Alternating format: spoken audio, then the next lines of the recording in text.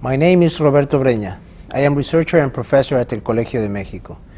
We are here at Harvard University to interview the renowned Professor Bernard Bailyn on Atlantic history and the Atlantic revolutions, on behalf of 2010, El Mundo, Atlántico y la Modernidad Iberoamericana. Hello, Professor Bailyn. We are here at Harvard University on behalf of 2010, El Mundo, Atlántico y la Modernidad Iberoamericana.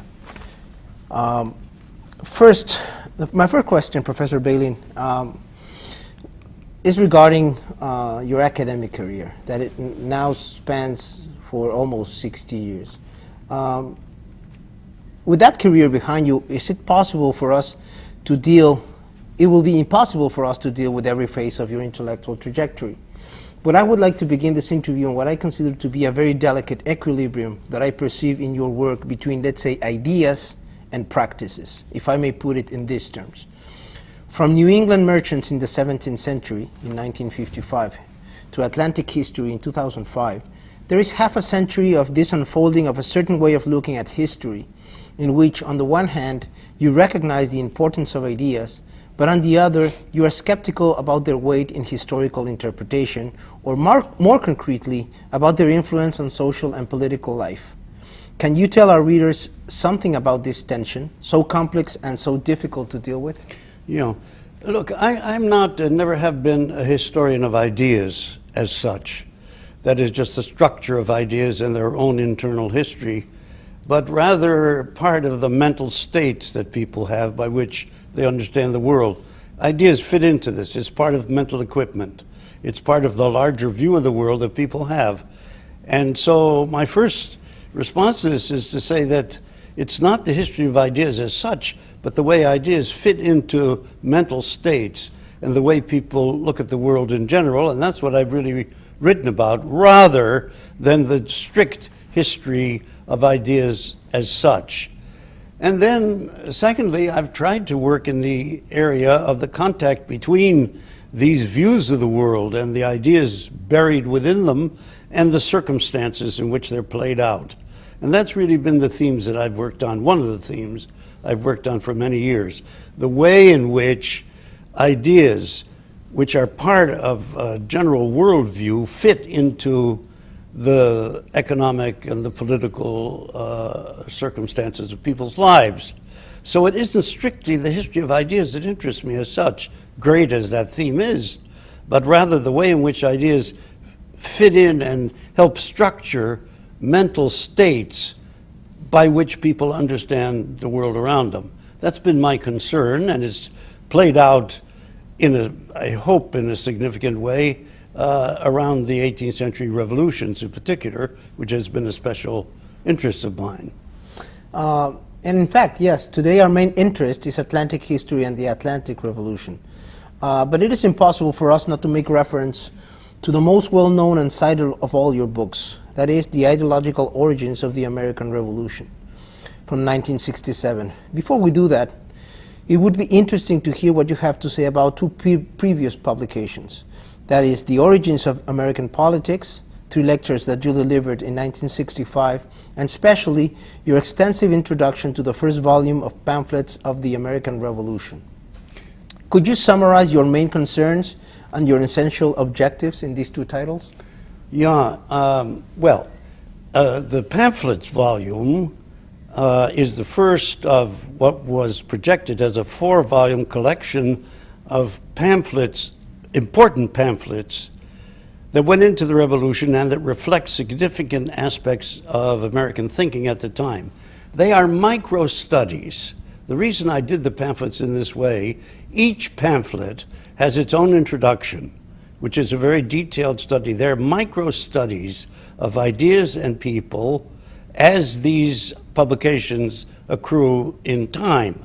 And each of them, the introductions to them, are really, as I say, micro-studies of an idea, a problem, a person at a particular time. Then it has a general introduction, which was the first draft of the ideological origins, and I meant it to be a general survey of that whole field. So that publication, which was a matter of considerable work, the purpose of this was to go deep into small, focused, highly focused studies of individual problems and thought in the revolutionary period as it developed. And then to have the survey at the beginning, which was later developed into the ideological origins. Now, the other book you mentioned, which I'm very glad you mentioned, because most people never, who are interested in this area, have no idea it even exists. I took that very seriously. I tried to answer the following question. The ideas, which were liberal or radical for the time, of the American Revolution were not generated initially by Americans. They're part of British political culture, and they are the submerged, radical, counter-establishment line of thinking that goes all the way through the 18th century in Britain. But they had no effect in Britain to speak of. They had a tremendous effect in this country, in North America.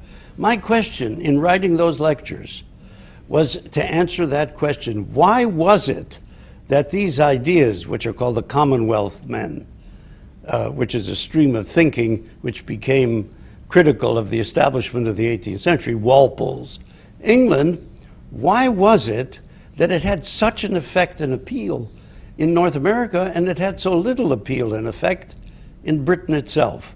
That is an attempt to answer that. And to answer it, I had to get into the structure of North American politics.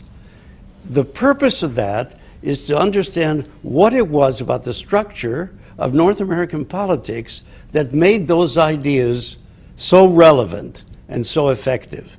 And I hope if anyone ever reads that book, they will discover the answer, because I think I found the answer. But you have to read the book to find it. The point of this is that I wanted to come back to very much your original question, to locate the ideas, the principles that go into the American Revolution into its own political context. But for that, I needed to know what the context was. That is to say, the political context, not the economic and social, but strictly speaking, the organization of power, which is what politics is. And the question is, how did those ideas fit in? And they fitted into a structure that was very different from Britain's. And coming back to the ideological origins of the American Revolution, in the distance, the long distance that lies between this book and today, where would you locate its essential contributions? The purpose of this was to assemble the leading ideas of the people who led the revolution. It was, of course, criticized, the book, because it was supposed to be an idealistic interpretation. It isn't an idealistic interpretation particularly. It's an attempt to assemble what was in the heads of the people who organized and led the revolution. They had ideas, they had a worldview. The ideas are not pure thought, they're not just syllogisms, they're structures of thought, and I tried to reconstruct what that was. I wanted to know what it was that they thought they were doing and why. And the purpose of it was to assemble their ideas in the context of their general thinking. That's the purpose of it. And of course, the book has its own history, because then there were responses to it that came back and forth, but that was the purpose. Now going to a book that you wrote in the middle of the 1970s, that is your book on Thomas Hutchinson. It was written when not much attention was paid to the losing side of the American Revolution. And my questions, two questions regarding this book is, what was it in Hutchinson's life that caught your attention? And the second one is, what does his ordeal tells us about the American Revolution? What caught my attention about Hutchinson was, first of all, that everybody hated him. He was the most hated man in the American Revolutionary period. Everybody hated him. John Adams loathed him and said so. And this seems to me somewhat excessive. Now, this was a time, you have to remember, this was a time when the big biographies of the founders are coming out. Endless volumes on Jefferson and Washington and Madison and so. And here was the leading figure on the other side. I thought it would be a good idea to look at the other side and see what the other side was saying, especially in view of the fact that I knew that in the intellectual context of the time, he was right and they were wrong. That is, strictly speaking, in the context of 18th century political theory, what he was arguing was right, and they were wrong. And the interesting thing about it, therefore, became the following. What did they have to overcome in the establishment views in order to achieve what they wanted? In other words, it's a way of looking at the achievement of the revolution by the way they overcame his ideas, which, in fact, in the context of the time, were correct. Now, there came a later correctness. There came later a different way of looking, but that was the achievement of the revolution. They had to be able to overcome his ideas, which were just traditional ideas. And in strict juridical terms, he was right. But in the long run, he was wrong. And that interested me a great deal. Also, I have to say, there were huge papers that he left behind, to his great dismay, because he went into exile in 1774 as governor of Massachusetts and left behind his magnificent correspondence, which he sealed in his chimney in his house in Milton, Massachusetts. And of course, the rebels, once they got to Milton, of course, they found them. And they've started publishing all his papers. All the papers survive.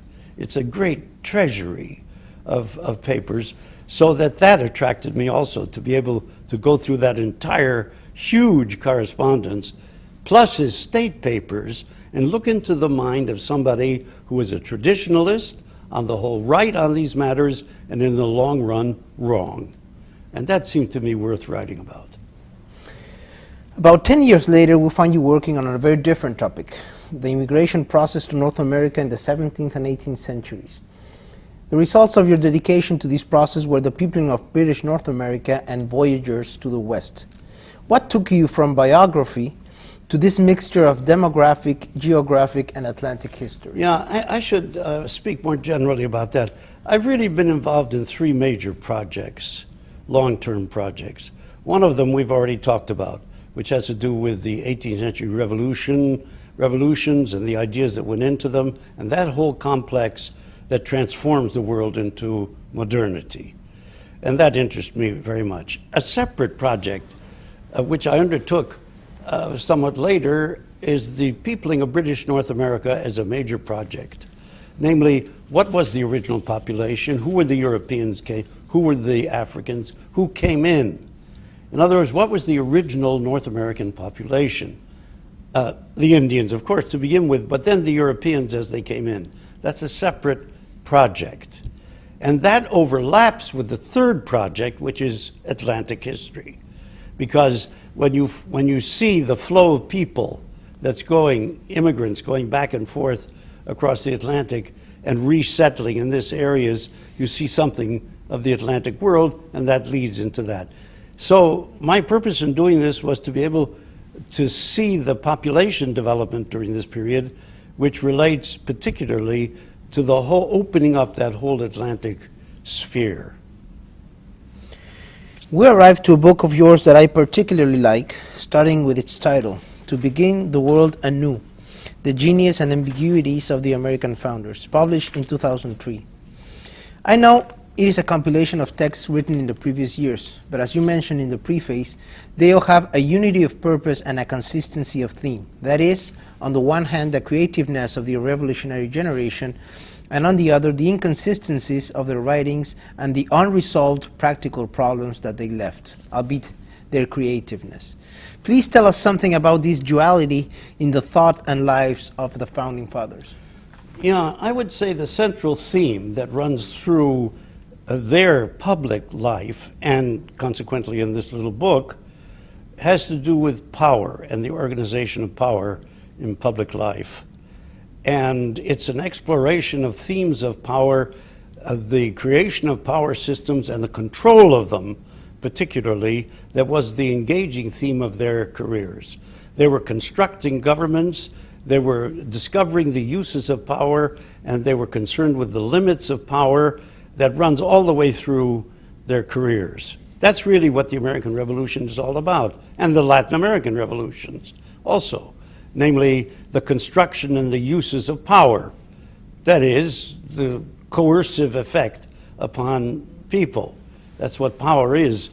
And they learned their way into their own way of thinking about this.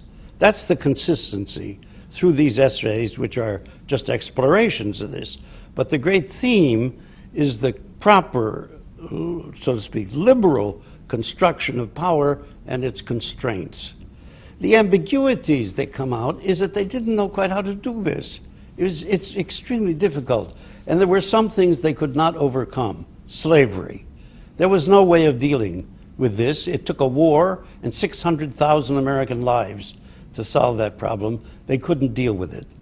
Madison was concerned, for example, you talk about ambiguities. He was concerned with one particular, he was a great contributor to the American Revolution, as people know, founder of the Constitution and so forth. But there was one thing which he tried all his career to correct in the American Constitution and failed. And he died thinking that the Constitution in this regard was a failure. And that is that there is nothing in the Constitution that controls what happens in the state legislatures. The constraints of the Bill of Rights in the American Constitution are constraints on the actions of the federal government. There is nothing in the American Constitution that gives the national government power over the state legislatures. And Madison knew from Virginia and elsewhere that this was a great problem. It took the 14th Amendment, which followed the Civil War, as you know, in order to endow the national government with the power to give those same rights of the individual vis-a-vis the state governments, just as they had been done with the federal government. And you talk about ambiguities. There is Madison, who is trying to construct, and who wrote the Bill of Rights, who is trying to write a consistent statement of American principles, and he realizes that this basic power is not there. He tried again and again. In the Constitutional Convention, in writing the Bill of Rights, he wrote an amendment to the Constitution which was rejected by the southern states particularly, giving the federal government power over the state governments, and they threw it out. He never could get this in. These are the kind of ambiguities that come up again and again, and you find them in other areas as well. So this was the theme of the little book as I tried to work out these elements. The Federalist Papers is one of the papers in the book, and that's such a good example of them struggling with these questions. The Federalist Papers, if I can just spend just a minute on the Federalist Papers, are perfectly fascinating, not because they're such a wonderful treatise on political thought, but because they were thrown together frantically as journalism in order to get the New York State to ratify the Constitution. They were just thrown in. Madison took letters he had written to Jefferson and put them in the Federalist Papers. There are all sorts of things there as they tried frantically to convince the people in the New York State ratifying convention to ratify the Constitution. That's what the Federalist Papers are about. Now, subsequently, such was their ability to think through these problems, Hamilton, Jay to some extent, but it's Hamilton and Madison, that they have become great state papers. And I quoted somewhere, I think it's Talleyrand at one point, who asked the Spanish ambassador whether he's read the Federalist Papers. So the Spanish ambassador says no. So he says, well, read them. I didn't know that. The last essay of To Begin the World Anew is titled Atlantic Dimensions. In it, you talk about the influence of American constitutionalism in many parts of the Atlantic world, including Latin America. It could be said that your interest in Spanish America stems from the Atlantic dimension of the American Revolution. Is this right? Were these your first contacts with Spanish-American political realities, or can we trace these contacts to an earlier phase in your intellectual development? My interest in this developed in the very late 50s or early 60s around Silvio Zavala, who was, as I mentioned before, was a visiting professor here. And Zavala was more or less in charge of this vast project of a hemispheric, multi-volume, multicultural even, history of the Western Hemisphere. And this was, I don't know if you know about this is this great project that was launched by the Pan American Union and funded by all sorts of foundations, in which contributors from Latin America, North America, and Central America contributed to a vast series of monographic studies compiled into 3 big summary volumes and then an additional volume by Zavala. And I became very interested in Latin American history because I knew Zavala slightly when he was here. I was very young, obviously, at the time, and he was a great professor. But I did talk with him about this, and I also followed the publications. And what struck me about them, I became very much involved in this. And I read all of this stuff that came out. And there are volume after volume of monographs on special topics. And then there are these 3 summary volumes by major historians. And in my opinion, and it's not mine alone, it is a failure. That is, I don't think this worked right. And the reason, in my thinking, and I'm following John Parry, who is a distinguished Latin Americanist, in thinking this, the problem is that the European component is critical. There are parts of the Western Hemisphere that have less to do with each other than each has to do with Europe. And so you're really dealing with a triangular world, and you need to draw Europe into it, hence the Atlantic dimension. So it was instructive to me, and I became very much involved in the details of some aspects of Latin American history, following this great project out, to see the way in which, if you enhance it with the European and, of course, the African dimension, and you then see the whole Atlantic basin, it seems to me that that hemispheric study makes more sense. So that's my first involvement with Latin American history, and I must say I learned an enormous amount following these volumes out, and I'm very much indebted to my passing acquaintance with Silvio Zavala for this. We finally arrived to Atlantic history, a very ambitious and complex theme, to which you have devoted a brief introductory study, Atlantic History, 2005, and more recently a volume you edited along with Patricia Deneau, Soundings in Atlantic History, Latent Structures and Intellectual Currents, 1500-1830. Which are the main tenets of Atlantic history? Why do you think that Atlantic history is so much in vogue in the contemporary Western academic world? The second question, let me answer the second question first. The reason why I think it's in vogue, and I think it is, it's picked up very generally around, I think the reason is that it gives people thinking about these subjects ways of getting out of the parochial studies of national dimensions. It's a way of transcending national boundaries and thinking more broadly about unities and the importance of contrasts when you get beyond a single nation's history. And all of us, and the Americans, North Americans certainly, are bound into their national story, which of course is teleological. That is, it's always towards the goal. In the early periods, it's towards the goal of American independence. And then it becomes an unrolling story that has its own teleologies. This is a way of bringing it back into the context of the time that transcends the national boundaries. And I think people pick it up because it gives them a way of looking, a dimension of looking at their own histories in a broader context and then finding satisfactions in seeing broad patterns emerging. Now, there are great distinctions. Everything isn't the same. But it's that broad dimension that seems to me attracts people. And it is very attractive now. People are picking this up and using it for their own purposes, but seeing more broadly than they would do in a national context alone. Now, the other question was the essential parts of it. of Atlantic history, you get a sense of this. Look, there are these great oceanic regional areas. We know about the Mediterranean, I suppose about Braudel, but even without Braudel, one thought of the Mediterranean world. We think of the East Asian world. These are oceanic worlds, and the Atlantic world is one of them, but unique.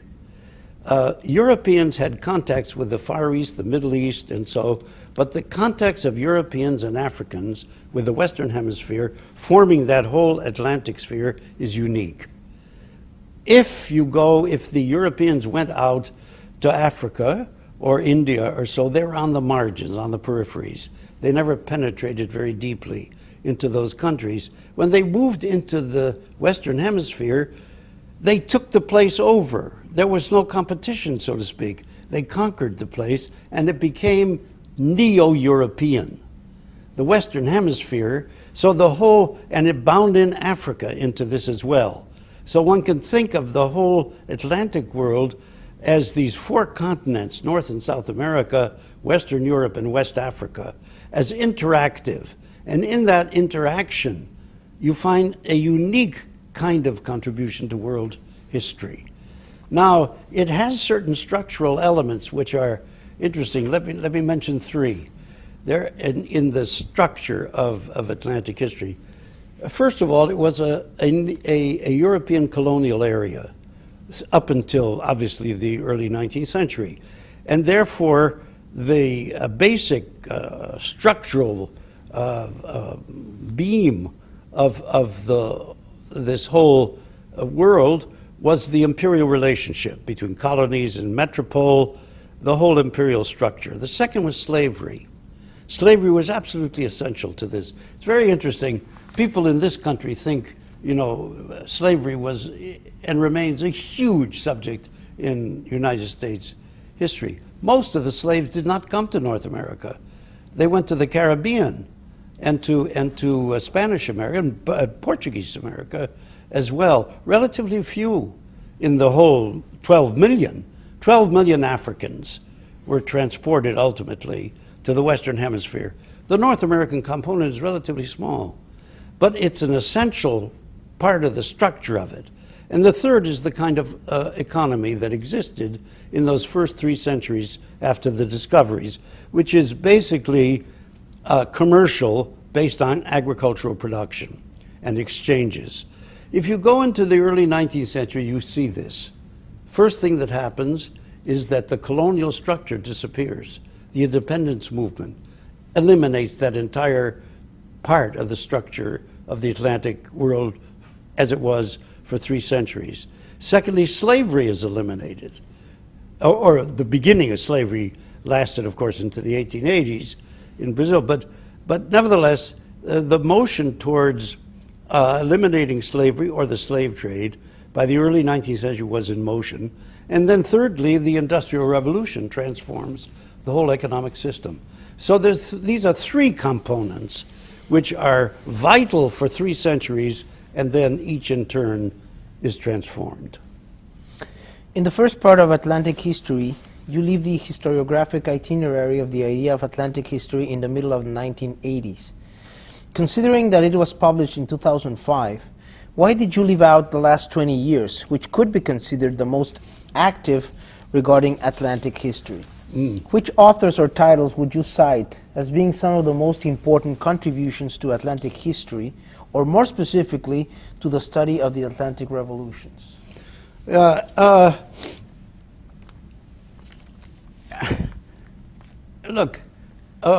the purpose of the little book on Atlantic history was not to trace the entire historiography, but to show up to the point where historians are beginning to think this way.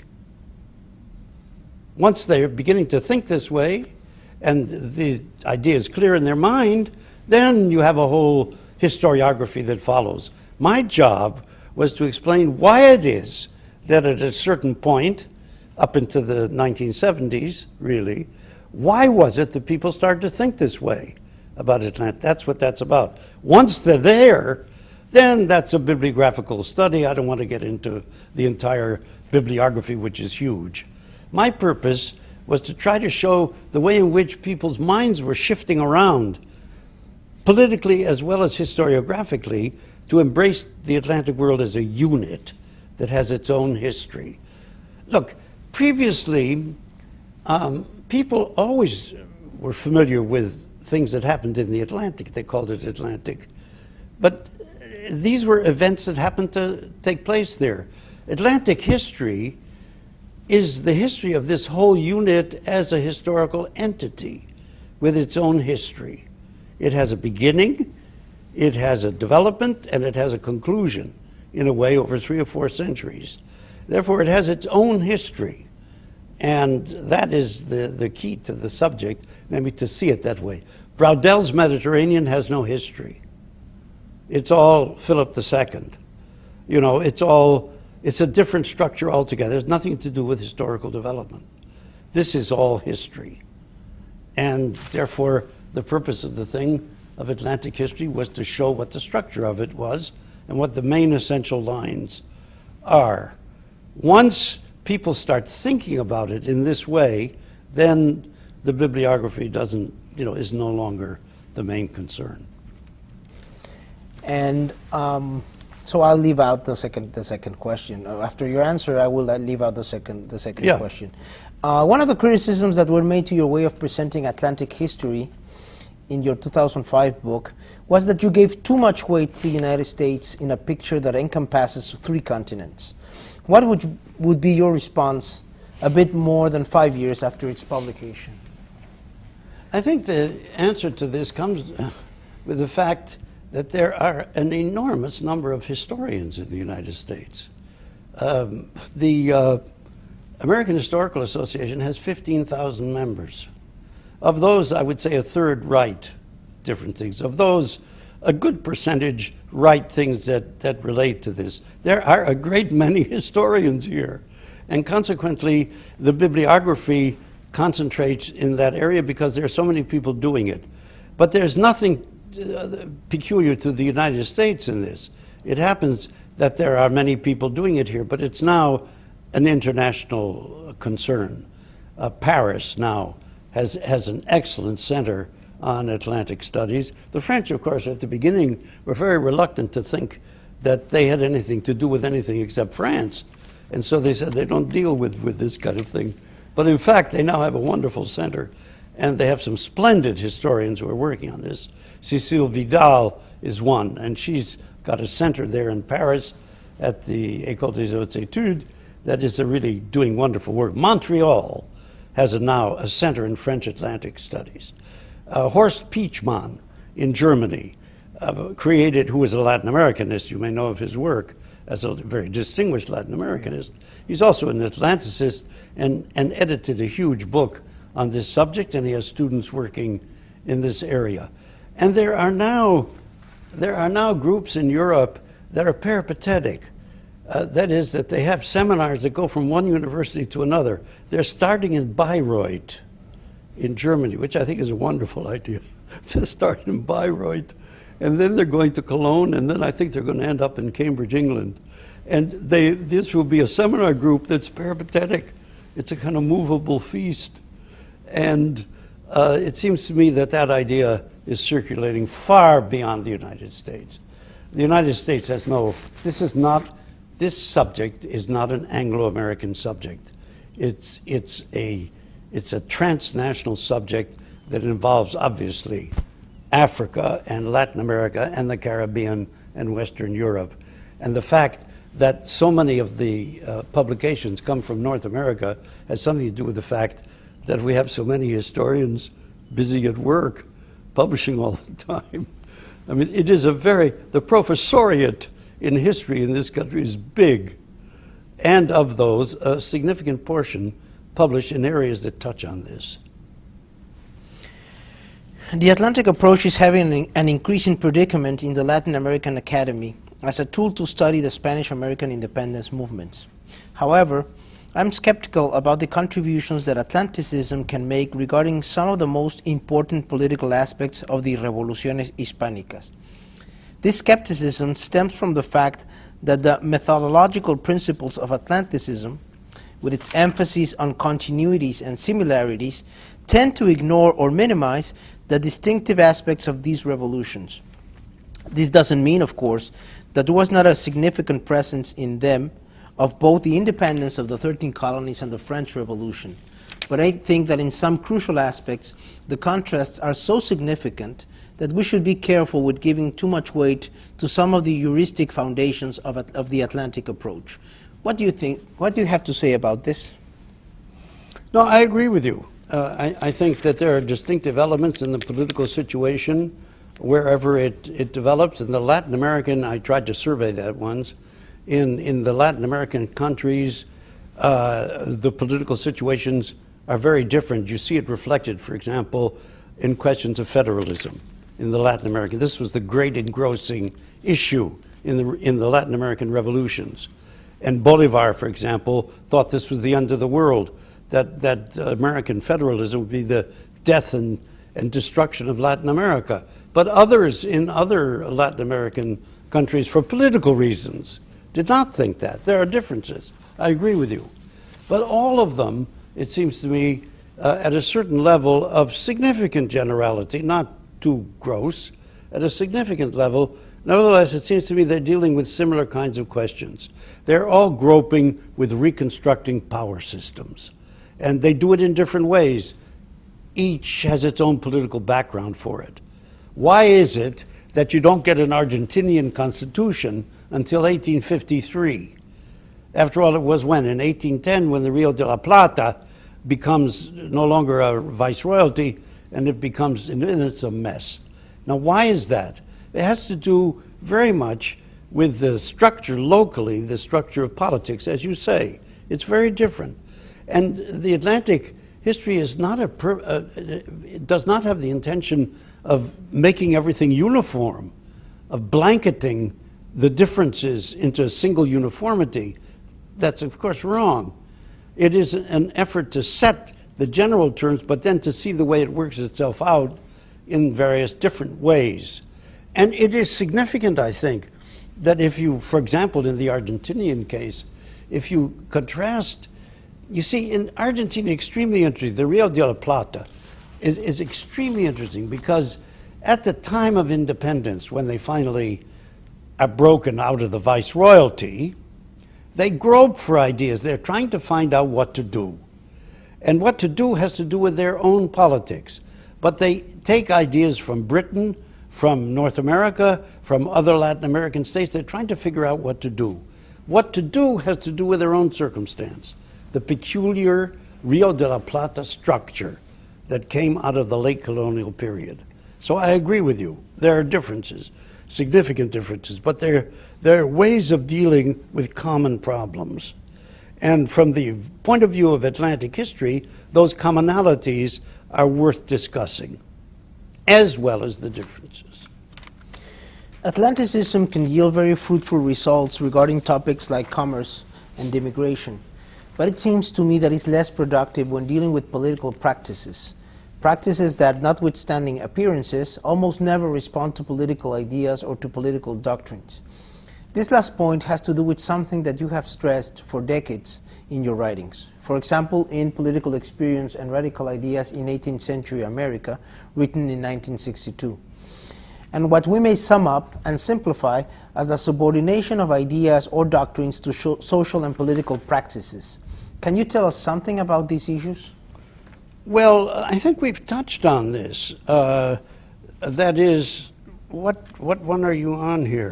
This is question L, page 3. L, yeah. Well, we've dealt with that in a way, as I was saying before, about the way in which ideas work into the political systems, and that little book of mine on the origins of American politics is deliberately on that particular point, the way in which ideas enter into particular political structures. I think we've touched on that, and it's a real question, but I think we've gone into it already. Okay, the next one is regarding the Spanish-American independence movements that play or should play a very important role in any study of the Atlantic revolutions. Which are, in your perspective, some of the most important contributions of the Spanish-American experience to modernity? Let me clarify that I'm referring here to that modernity related more than anything with the political changes that took place in the Western world between, say, 1775 and 1825. Yeah, here my modesty overcomes me because I wouldn't venture into a detailed discussion of Latin American states because my knowledge of it isn't good enough for that. And I think I leave it to your colleagues to discuss that question and you to discuss that question. But the contributions of the Spanish-American experience to modernity has to, when you get into it, as you know, it has to do with locating the Latin American issues, and contributions, which are many, locating them in terms of the larger sweep of the whole revolutionary movements, such that, look, there's a peculiar, it occurs to me, a very strange thing. You know, one of the most successful attempts to deal with just what you're talking about, namely the sweep of the revolutionary ideas, and then the individual contributions to it, is by Palmer. Robert Palmer's 2 volumes, Age of the Democratic Revolution. That's extremely interesting. What he says about North America, I happen to disagree with, but that's okay. But and what he says about Europe, about Poland, about everything you can think about, Northern Italy, about Germany, about Denmark, but nothing about Latin America. Nothing. Zero. Yep. That is astonishing. Yeah, and it seems to me I still, and now, what's his name, who did the Grand Nation? Godeschaux. Now, Godeschaux was a great collaborator of Palmer's. They worked together on this famous essay on Atlantic history, and they worked together, and so Godeschaux also, this is the spread of the French revolutionary ideas around the whole of Europe. Godeschaux, yeah.